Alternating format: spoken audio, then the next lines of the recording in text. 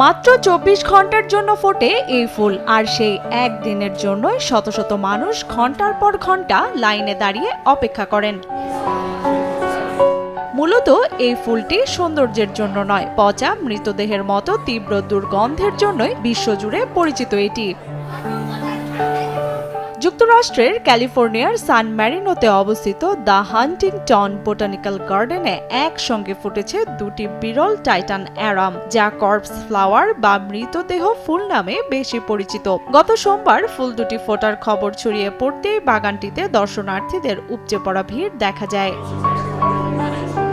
কেউ ছবি তুলছেন, আবার কেউ শুধুমাত্র এই বিখ্যাত ফুলের দুর্গন্ধ কাছ থেকে অনুভব করতে দীর্ঘ লাইনে অপেক্ষা করছেন। বিশেষজ্ঞদের মতে কর্পস ফ্লাওয়ারের সবচেয়ে বড় বৈশিষ্ট্য এর তীব্র দুর্গন্ধ। ফুলটি থেকে বের হওয়া গন্ধ অনেকটা পচা মাংস বা আবর্জনার ভাগাড়ের মতো, আর এই গন্ধের কারণেই দূর দূরান্ত থেকে মানুষ ছুটে আসেন বিরল এই ফুলটি দেখতে।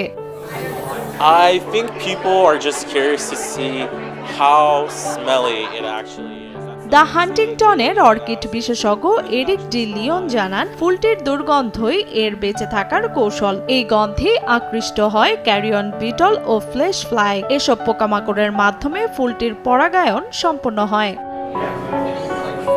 এমন অনেক দর্শনার্থী আছেন যারা বহু বছর ধরে এই ফুল দেখার অপেক্ষায় থাকেন। তাদের মতে গন্ধটি কোনো দুর্গন্ধযুক্ত প্রাণীর মতো মনে হলেও তা অসহনীয় নয়।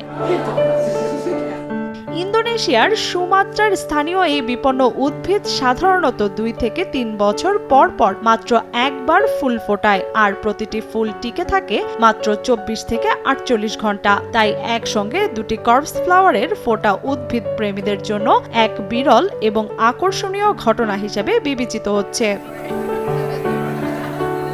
লিয়ানা শারমিন, সময় সংবাদ।